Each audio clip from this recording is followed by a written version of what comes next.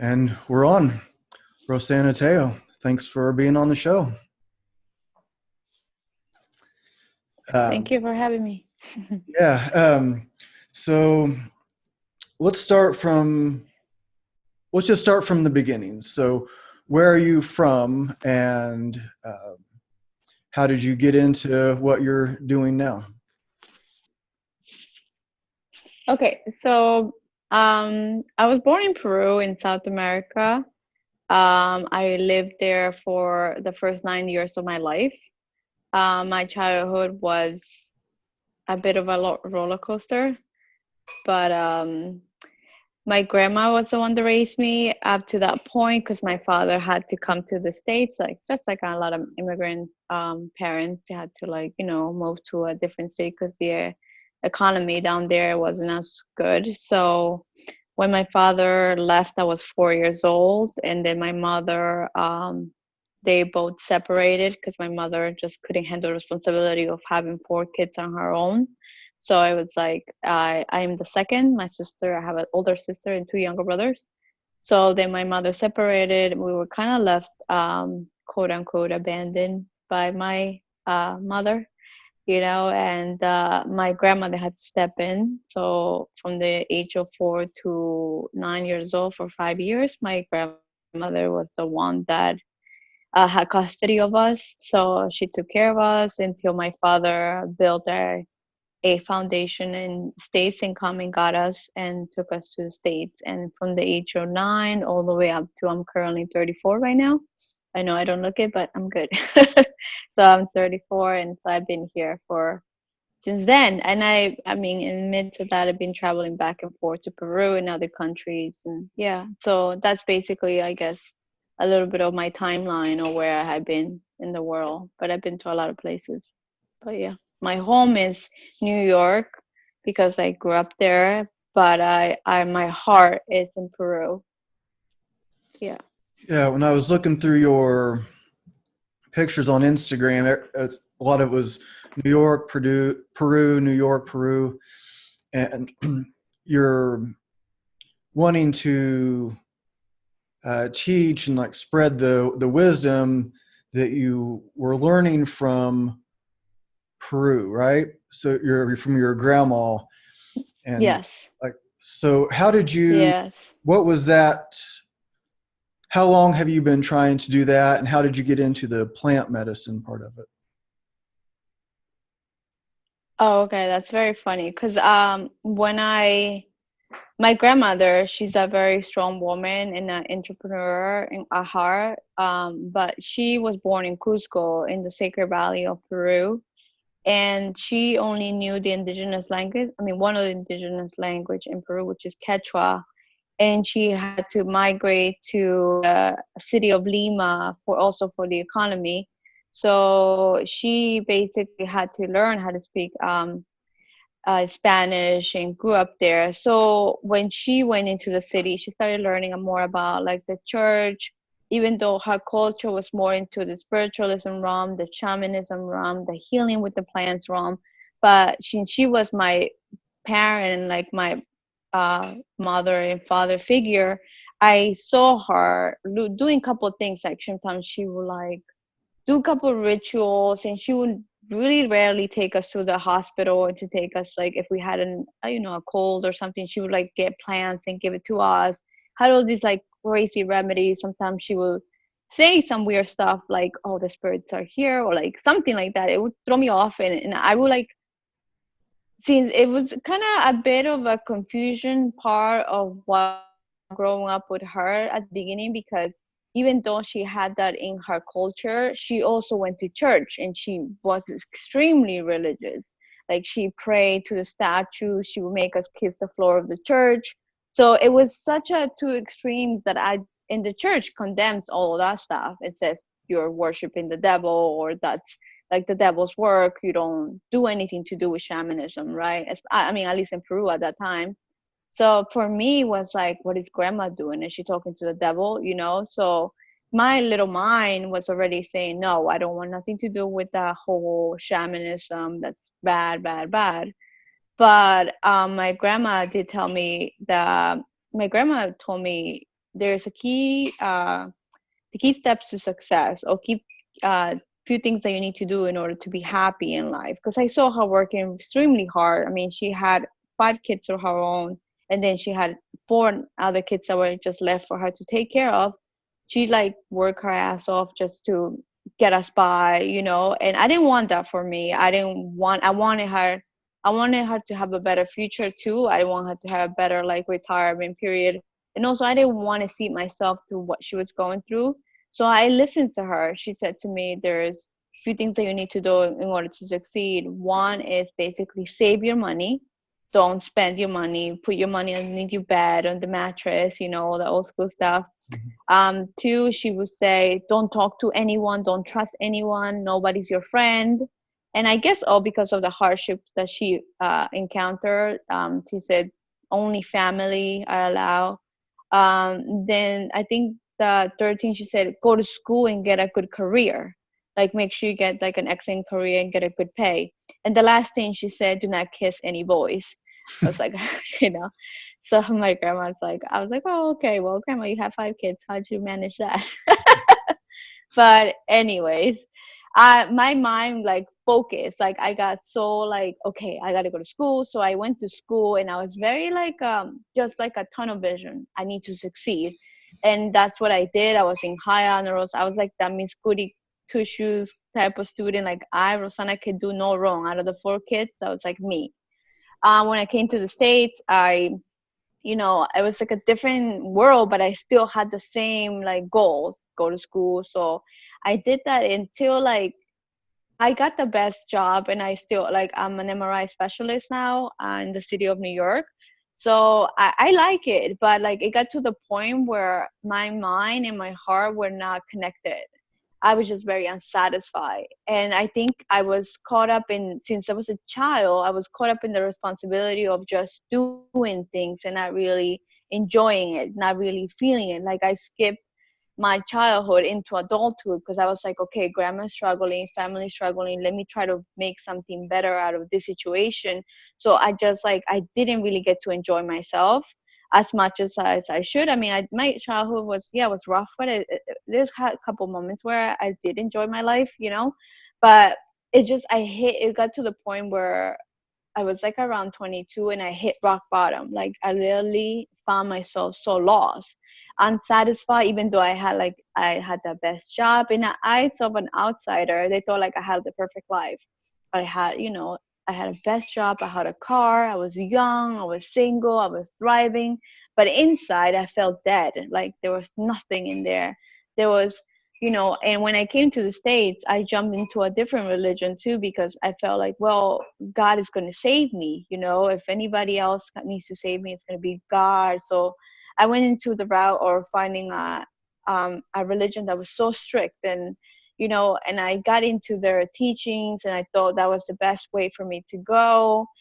And then I encountered a very toxic relationship in the midst of that whole religion phase, that it just, I was so lost. I found myself in that state of mind where I was just so unhappy with myself. And I think there was also issues when I was young, the whole mother abandoned me, like not having a relationship with my father, that I never really sat down and asked myself how did I feel about those whole situations. I just kind of rushed into being an adult from a child, and I like suck it up. But it got to the point when I was the age of 22 that it hit me in the face, and it just like all those emotions is like boom, and I didn't know where they were coming from. All of a sudden, like I just felt overwhelmed, and I felt sad, and I felt lost.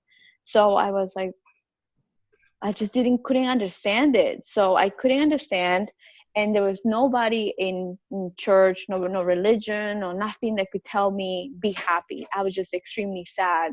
So I was clinically diagnosed as what do they call me? I know I had depression, but they call it clinically depressive disorder or something like that, which I kind of forget what the term that they use. But I was put in the hospital once, actually twice, for like a week. And they're just like, I was so skinny. I was kind of lost. But in the midst of that, I was trying to like understand myself. Why do I feel this way? Why do I feel unsatisfied if I have everything, right?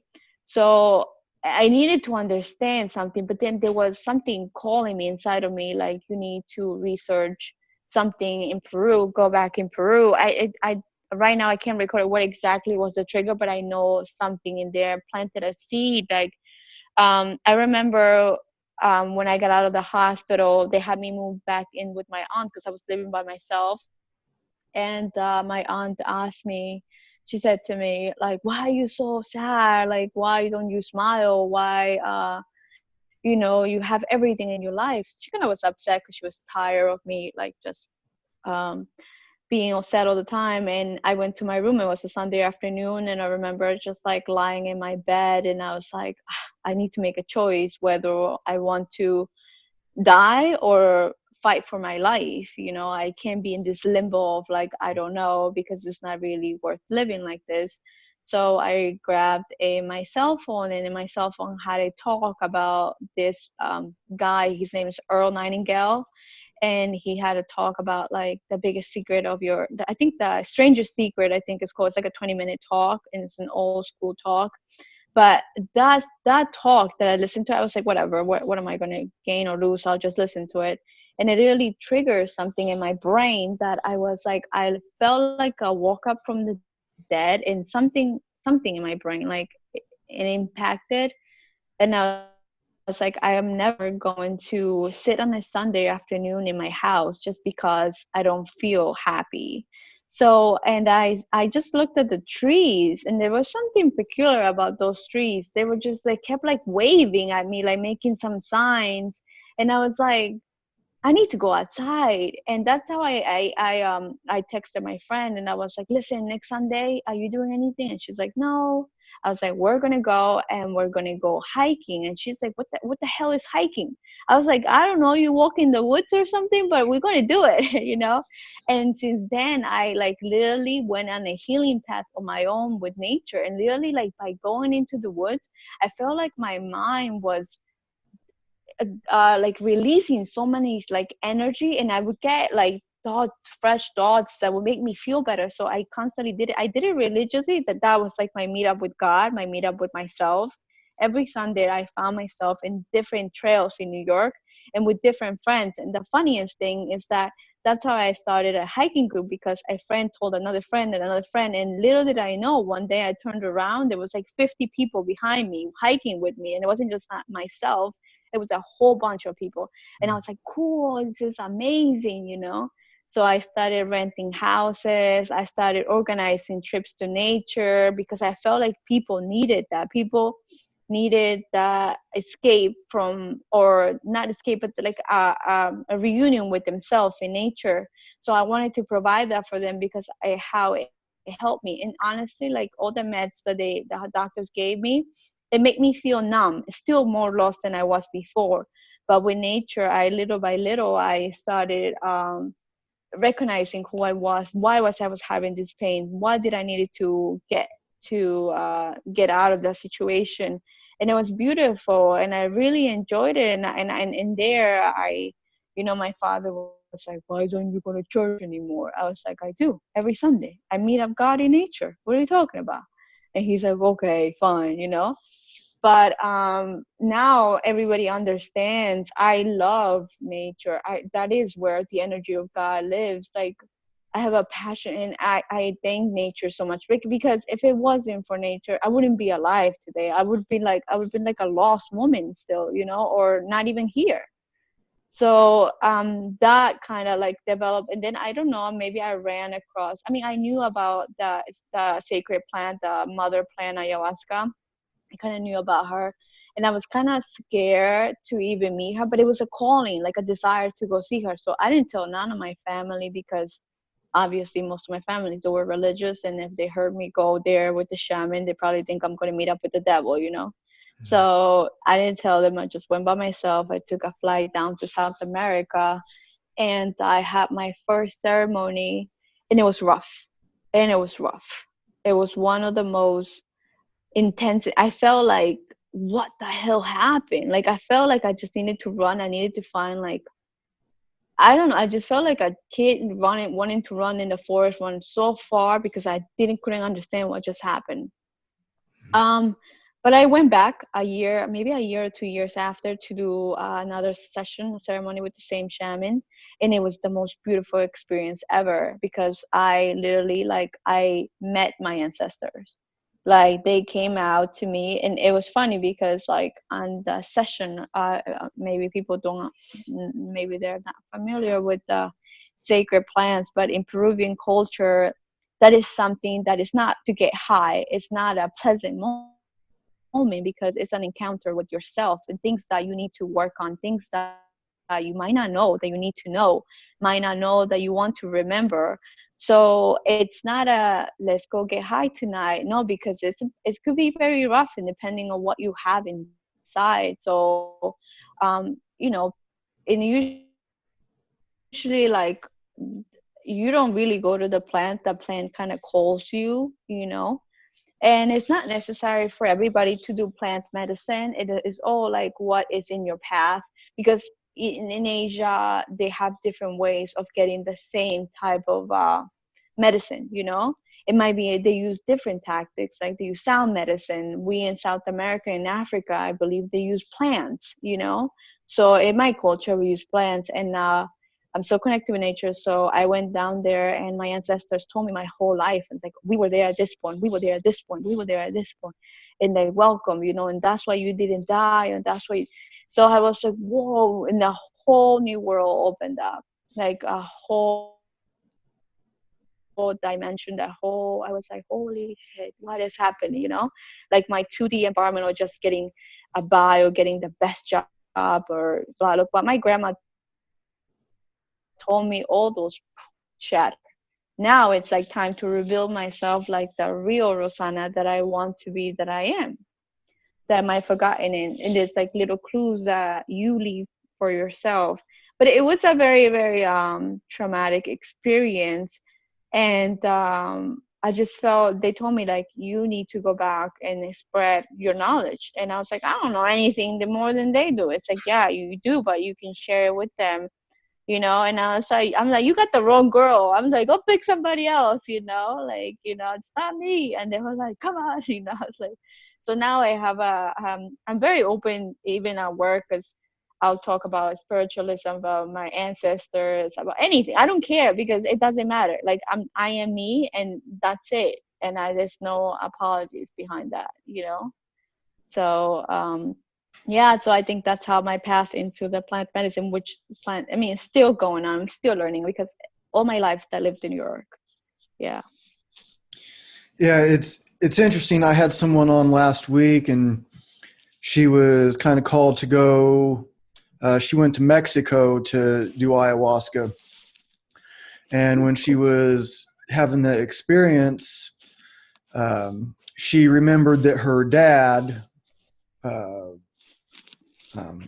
just raped her when she was a little girl. Like, these memories came up, and then Yeah, that happens. and so she's like recommending that everybody do this, but she's also saying that it just like wrecked her life, because she realized like why she was doing the things Yeah. wrong throughout her life.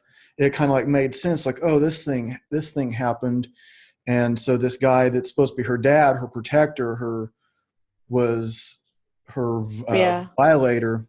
Safekeeper. And she didn't know, so she was having trouble with, well, what do you do with that experience? What do? You go down there, you have this experience, you see how it is, you're with God, you're seeing things, you see yourself. It's not pleasant. It's not like you were saying, it's not like it's fun hanging out with your friends, smoking a joint, partying. It's like, no, this Yeah. might suck. This might be horrible, but it's going to do some good.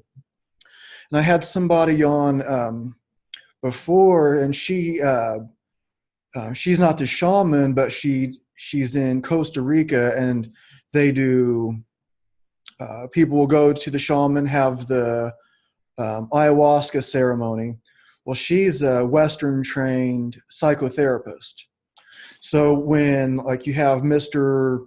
Business, suit and tie, city guy goes down there and has this experience that blows his mind.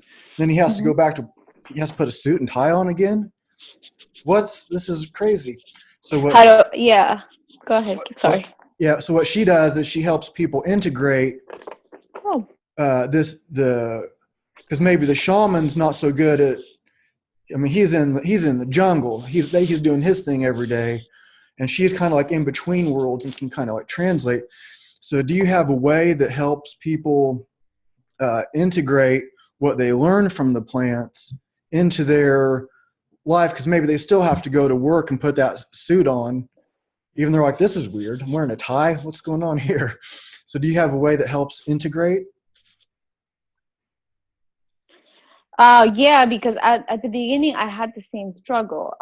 When I first discovered this whole new realm, this whole new experience, I was like, how do you go back to what you were before? How do you, I just a normal person, the quiet one. Well, I was quiet back then. Now it's like nobody stops me from talking. But at first I was like struggling. I was like, I don't belong here. I don't belong here. I don't belong here, you know? Like I kept fighting myself, like I don't belong here. I belong somewhere else. I don't know what the somewhere else is, but not here, you know? But it was a battle within myself that it almost drove me like not crazy, but like it drove me it was just very like a battle in my head of which world do I belong to? Is it the modern world where you are in New York lifestyle and just like all focus about making money, or are you in your spiritual realm, you know? So I believe, so I mean, I remember I was so frustrated, and I think I was in Colombia and I met this lady that was, she was a Mayan. She does a lot of teaching about Mayan ancestry, the Mayan calendars, the Mayan teachings. And we just met, and she came to see me at the hotel because she wanted just to meet me and like, you know, just do some Mayan readings on me. And I'm like, oh, you know. And then she, when she got there, as soon as she got there, she like touched my hand and she was like, "Oh, child, you're struggling, aren't you?" You know? And I was like, I started bawling my eyes out, help me. I'm like, I don't know where I belong, you know? I'm like, I don't know if I should, sometimes I feel like I'm crazy because I'm talking to some people that don't even, not even here. And then sometimes I feel like I should just like get married and buy my little house and live this perfect little life in a little box where I'm not happy. And then she's like, you don't have to choose. One of the best things that I learned is that we don't have to choose whether we belong in this world and that world, because we live in a different era than our ancestors live. Because our ancestors only lived in the one location, so they didn't have to deal with the pressure of what we are now, because most of us have migrated to different countries, to different towns. So in our beginnings is in somewhere else now, so we have a bigger challenge to encounter. I see myself as a bridge. We are bridges. So yes, you can. So when I go back to New York, yes, I am still Rosanna, but that doesn't mean I have to fake a personality and be like I'm all suited up, because I was a supervisor myself too. And oh my God. Well, for me, that was my personal decision to leave, resign the supervising position, just because it didn't align with my path.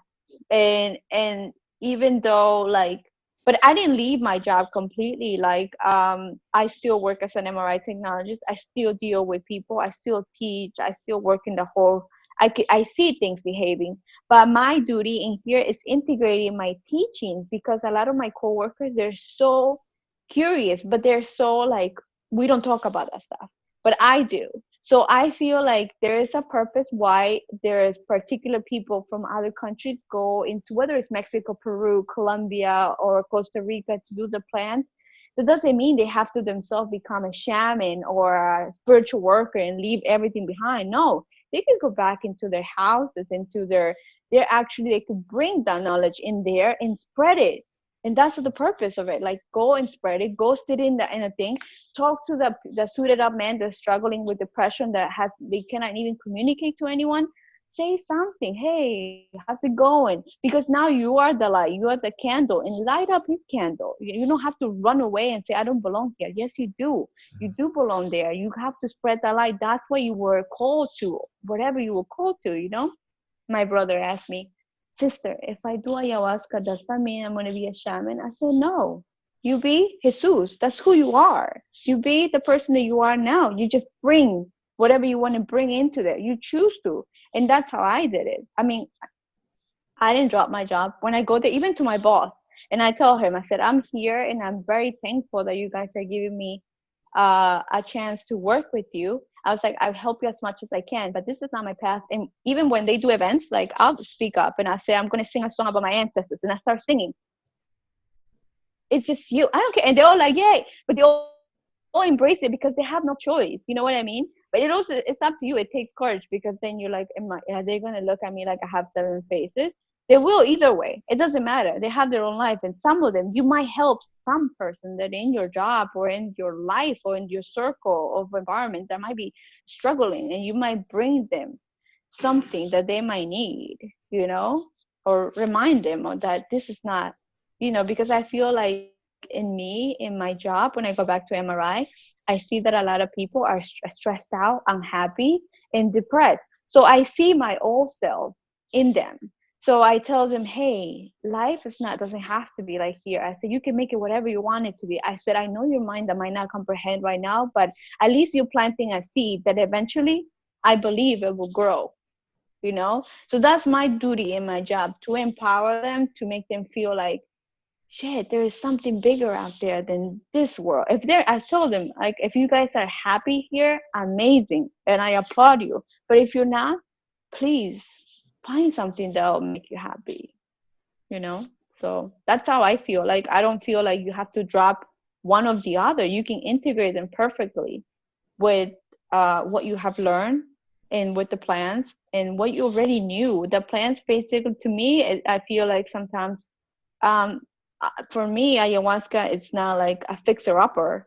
You are the fixer-upper. Ayahuasca is just going to light up and be like, hey, that's where you need to work on. Now you do the work. Now you got to go back to your house, got to go back to your family and start building up. It might take years sometimes, for me to build that connection with my family. It's a work in progress. I'm still, working on my relationship with my dad.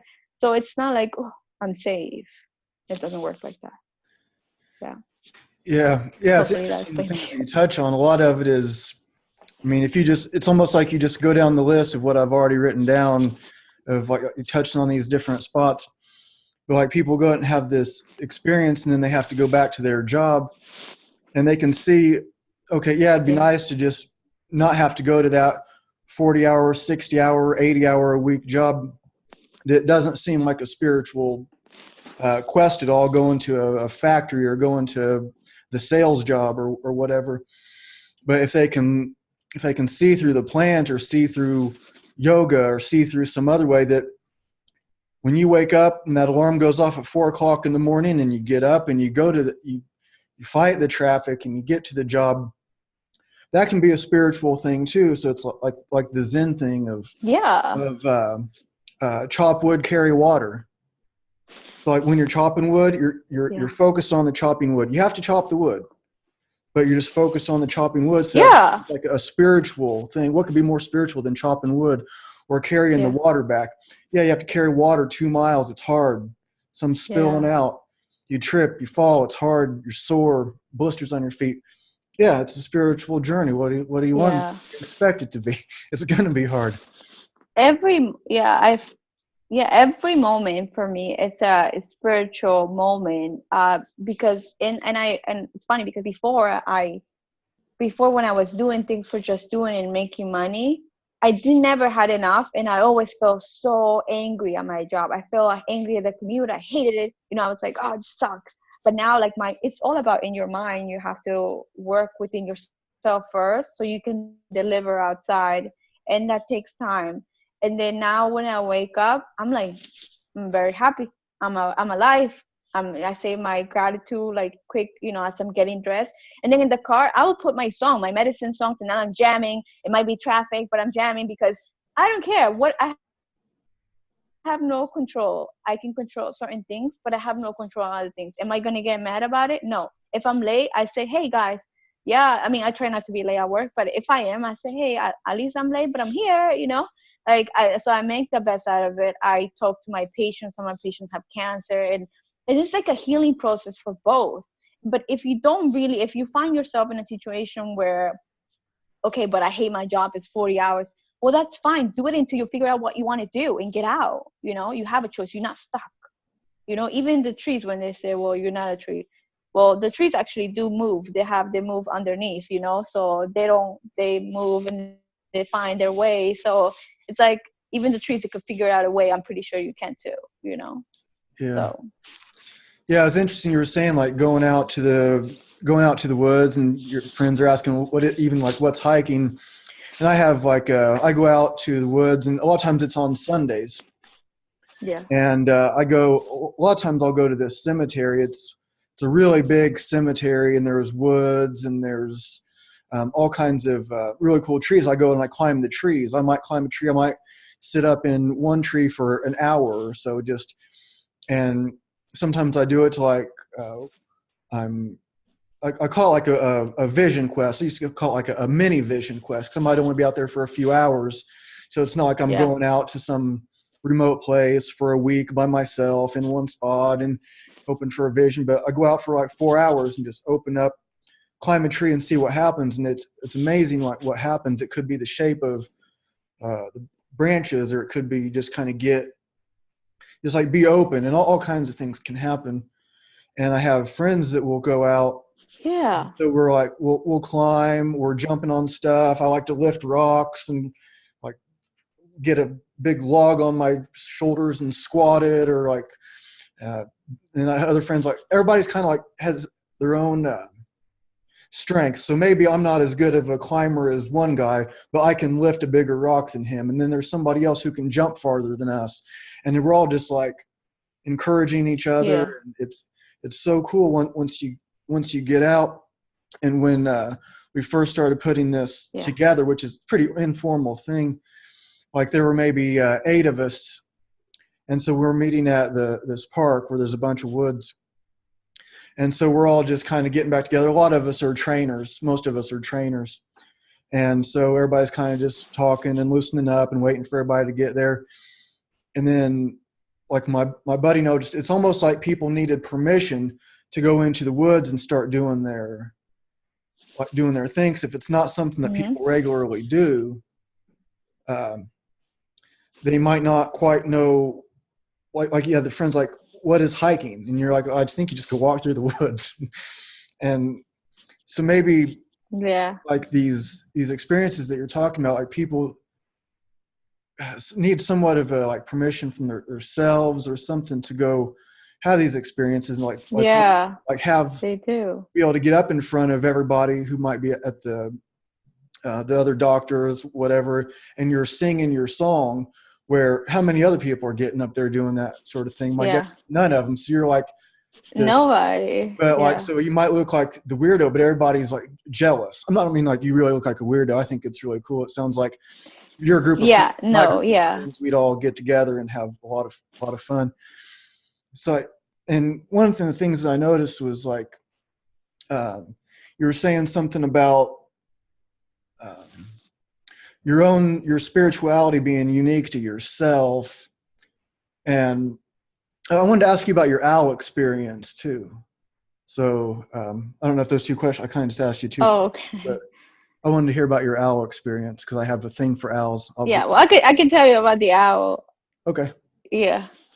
So no, I would just tell you a story about because my grandma, she has a land in a place called I was gonna say Ayahuasca. No, it's called oh my God, I totally forgot. But it's the lake that my grandma has land nearby is called Bacucha, and that's the town. It's a north part of the country. It's also farm and also almost similar to Cusco, but it's a bit colder sometimes. And she has land where my grandfather had grew up in that town, Andahuaylas. Anyway, so my grandma used to take us there when we were little with her to go collect corns from the field. So we used to help her and bring all the corns inside there. And then we used to stay in a little shed, and all of us, like the 4 of us with my grandma, she could put us in there to sleep. And I remember one night, and it was like crazy, like the field was dark. There's not really much light because it's like living in the mountains and stuff. So I remember we were sleeping, and then my grandma, and then I woke up like around 3 o'clock in the morning, and my grandma said, and I could hear my grandma screaming outside, like, "Out of here, leave, leave, leave!" And I'm like, what is happening, you know? And then my grandma, she's yelling and screaming like outside, and I'm like scared, like, cause it's like pitch dark. I'm like, I don't know what's happening. And grandma comes back inside, and she goes like, "That damn owl, that damn owl!" And I was like, you're talking to an owl? And my grandma, so her belief in her culture, she believes that owls, they come before somebody else dies. So they show up before the spirit of that person leaves. So they come to announce somebody's death. So she was trying to get him away because she didn't know who was dying, you know? But the funniest thing, the next morning, I think 2 days after, the neighbor died. So it was so, I don't know if it was coincidental, I should say, but like it literally, like that happened. So I always remember, like, you know, oh, the owls, they announce people dying. But that was my story with grandma. But that was funny because she was like, she had like a little, like, that thing, like, trying to get this older one, trying to get the owl out of the tree. Yeah. But my connection with owls, I like owls because they're so peculiar, like the way they look at you, you know, the way they even think. So they seem, when you watch them, they seem like they know too much, like they know a lot. So there's always, people always relate to them as the wisdom, you know, that they know, because it's just the way that they're like, they know shit, like they move things around, you know. Mhm. So I love owls too, and yeah, it's one of my favorite animals. But I think I have 3 animals that I love. Well, I love every animal, but yeah. Yeah, I saw you mentioned So yeah, that's my hummingbirds story and with the owl. what was the other one? Well, I have the orangutan. Oh, I love the orangutan for me because when I was little, I didn't really I got hugged by my grandmother, but she didn't really have time to like give a lot of love. So I just felt like it was better if I wasn't hugged, you know, because like then I wouldn't be close to anyone. Then nobody, if they were to leave me at one point, it wouldn't hurt that much. So I always kept it to myself. So when people wanted to hug me, I'm like, get away from me, don't touch me, you know? But I always used to see the orangutan with their arms like hanging. So it looked like it wanted to hug you, you know? So, and they come and they hug you. I used to watch it on TV, and I was like, oh, and like, even though like outside, I said it, I didn't want to get hugged, and I like had so many issues with people touching me, but I wanted to be hugged inside. So I always like loved that animal because it was willing to hug you. So I was like, I want an orangutan because then I could hug it, you know? So I don't know, but that was my story with the orangutan. well, Yeah. it's funny how some things stick with us and what they're symbolic of, and the owl in a lot of cultures, not Yeah. just uh, yours, the Peruvian. It's a bad news. It's a bad omen. But for me, Yeah. what happened was, That's crazy. yeah, and I was with a buddy of mine. We were out in these woods. We were climbing trees, and like we were climbing this one tree, and he was up higher than me. Uh, and I look up, and there was a great horned owl in the tree that we're climbing, and it was maybe like 20 feet away and out kind of far, but it was just like not moving. It was just looking at us. And then, so we're like looking at it for a while, and this guy and his son are walking it on the trail away a little bit. And I was like, hey, come over here, check out this owl. And so we're all looking at the owl, and then we ended up talking to this guy um, about some kind of heavy stuff, but that he had going on with his kids. But then later on, my buddy and I were walking, and we're getting ready to leave, and we ended up turning back because there was this part that was real flooded. So we turned back, and we started playing around on this big fallen tree. So we're just kind of like balancing on it, jumping around and doing stuff. And I look up towards what would be the top of the tree. It's fallen, and there's a great horned owl like right there. in the tree that we're climbing. And so that's two trees that we're Mm-hmm. climbing that have great horned owls in them on the same day. What are the odds of that? And so I'm like, whoa. And I pointed out to him. And then and the owl is like where he is, he's maybe like 7 feet off the ground on a limb towards what would be the top of the tree. And we were at the trunk. And so I start like walking, and I kept thanking the owl, and I kept asking for permission out loud to keep getting closer. And I kept feeling like the owl was saying it's okay to keep getting closer. And so I kept getting closer, And I sat down when I ended up getting within, I could have reached out and touched him. I ended up getting that close. And I ended up just sitting there. And me and this great horned owl, it looked like this one, we were just looking into each other's eyes and souls and whatever else for a long time. I don't know how long it was. And then after a while, I kind of like came back. And I waved my buddy up because he's still down at the trunk of the tree, down at the bottom. And I'm like, I waved him up. So I got down so he could get back up, so he could climb up to that spot. And so he kind of had that same experience where he could just reach out and touch. And then, so it was like so amazing to be, and I was looking at the talons, and I've seen them on TV. I've seen owls in pictures, and I've seen them behind a cage of some sort. But when you're right there in front of a predator, because owls, they'll attack people. And the talons, they look like, it was like something more, it was like pretty scary looking. They looked like scarier than like steel, like some kind of like space age steel. So if it was just like something weird happened, that thing could be on my face in no time. But I was like wanting to touch it. I was like, is it okay if I touch you? And I wasn't really feeling a yes from the owl on that one. And when I kind of like started to reach out a little bit, it was opening his mouth. And so I decided not to touch. I didn't want to like, but I kind of like regretted not trying, because I think I could have if I wasn't afraid. Once I got scared to touch the owl, if those claws will fuck you up. And I didn't want to hurt the owl. I'm pretty sure I could beat up the owl, but I didn't want to hurt the owl either. So that's like, I didn't want to have to be in some defense situation where I end up hurting its wing or something stupid. And my buddy was quite thankful that I didn't try. He's like, that would have turned that majestic experience into a nightmare. But what I got from it says I'm like processing this experience over the next days. It was like, what I got out was, who are you? That was the message. So the owl's looking at me kind of like this one looks. Most people are just listening, but the show is on YouTube and Patreon for the video. But it's just like looking right at you like, who are you? And so that's what I took out of it. Yeah. And then a couple days later, I was looking for a new tapestry because I had a heart chakra lotus as my background before. And so I was like, I need a new background. And so I bought this. And so that was my like owl experience. It was just like who are you? And like, why are you here?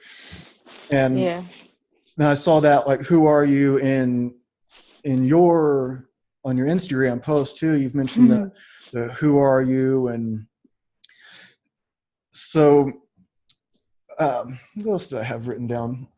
Let's see. So it's like 6:25 now. I know you said you just had about an hour. Are you good on time for a little bit longer, or do you need to start wrapping it up? Or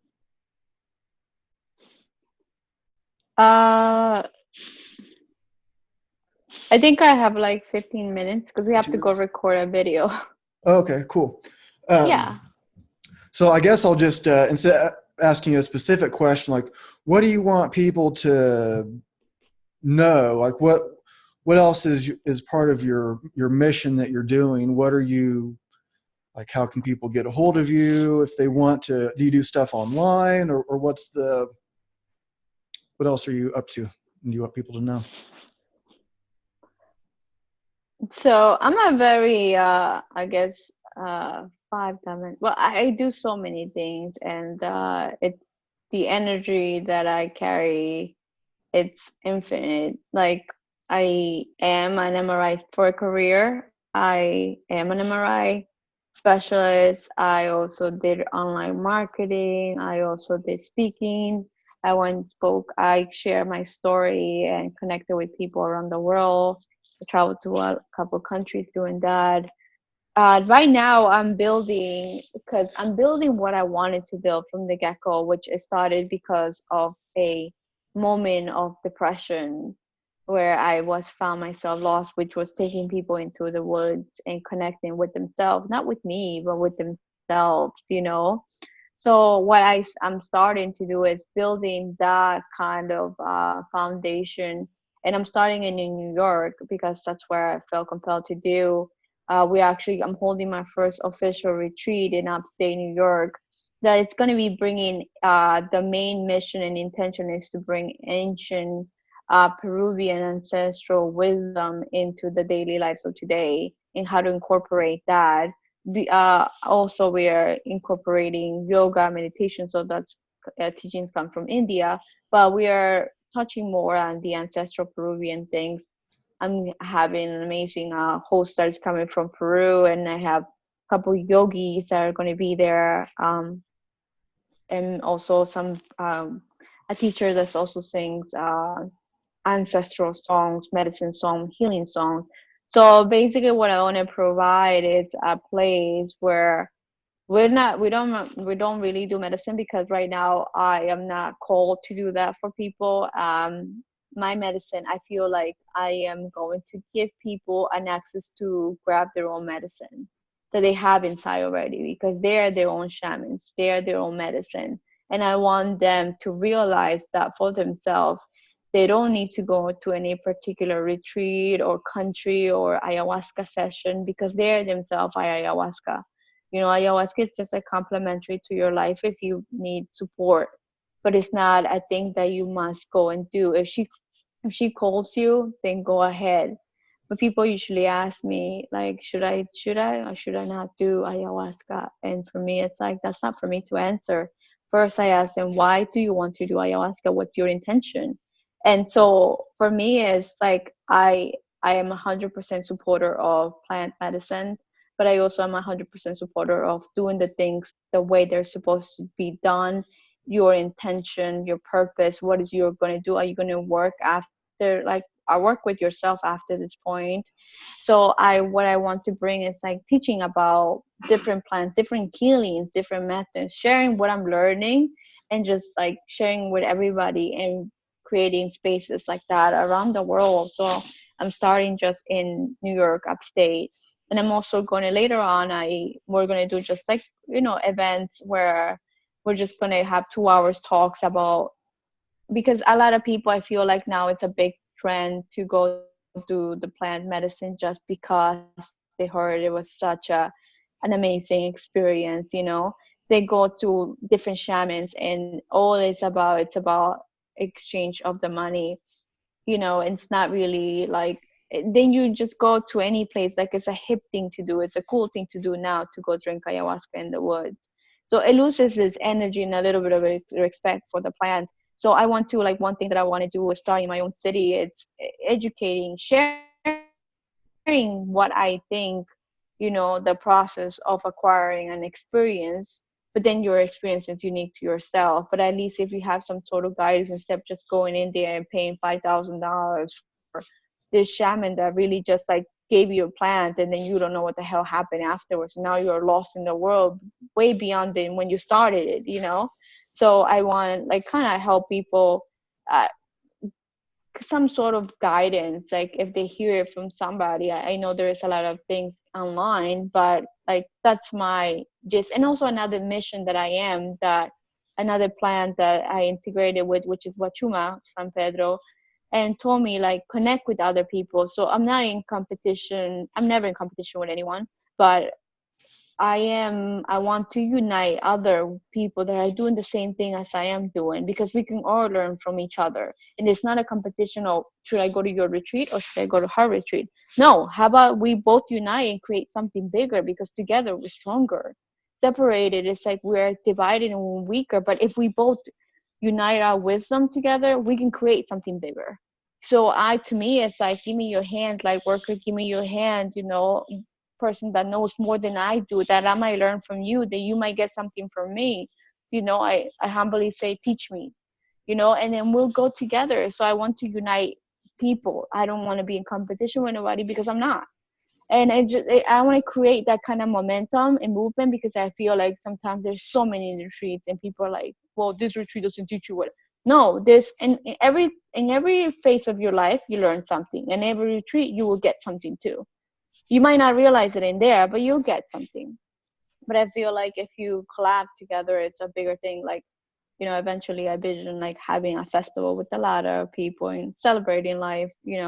So right now, what I did to heal myself, I want to do it for other people, which was providing space in nature, teachings what my ancestors, and I think like my ancestors really want me to do this, because they keep pushing on me and like, oh my God, stop talking to me right now. But I have to do it. It's something that I get to do. I don't have to do. I get to, and I'm very passionate about it. um like I said, I only know so little, because it's just the beginning, and daily, constantly. But just even talking to you, or even looking at the owl, it's like I'm gaining some type of like new knowledge, some new insight of myself. It's like it's and it's like, wow, it's like you are medicine to me and I'm medicine to you at this moment. We're both learning from each other, and it's like, and that's what I want to create. I don't want people to feel like they need some particular guru to teach them something that they don't know. No, yes, you are your own guru. You understand yourself better than nobody. You know who you are. You don't have to go to ask somebody else, who am I? Because you already knew that from the get-go. They don't know you. They don't know what you've been through. They have no idea. You do, though. You can figure it out, you know? Yeah, So, it's very yeah. interesting. I love all that. I'm right with you on pretty much all that stuff, and it's interesting. If I just read through all the stuff that I have written down, you pretty much covered it without me even asking about the particular ones. One thing that I was wanting to ask you about was, I don't know how to pronounce it correctly, but the Munay Yanantan. I might be pronouncing Oh, it way off. Munai Yanti. Munai, yeah. So my beautiful, I call her my sister, my soul sister. Her name is Vanessa. And she's coming to New York she's originally from Peru and Colombia. I think she was born in Colombia, but her parents are Peruvian as well. So she has worked with plant medicine herself. She has served the medicine. She's also an ancestral singer. So she sings a lot of plant medicine. And when we were first connecting to collab together in New York, because she's going to be with me the whole month of September, so, and we're going to host that event with her. She asked me, like, we were both like thinking of what exactly the name should be. So, Munai Janandin is basically a Quechua word. Munai itself means love. Janandin means the duality, or what people know as the yin and the yang, the duality of positive and feminine and masculine. So we felt like it could derive into a balance. So love and balance in your life. You need love in your life for yourself first, and then for the rest of the world.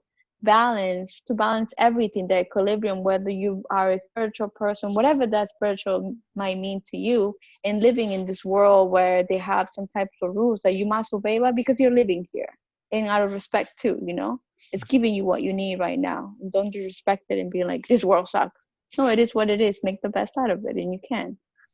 So how to balance all that so we decided to call it Muna Yananding, meaning love and balance together, and together in your life, and just like in your daily life, and knowing how our ancestors used to deal with things in the past, and how we can do the same thing here now, because we are far beyond what they were in terms of technology, but they were far beyond in terms of healing.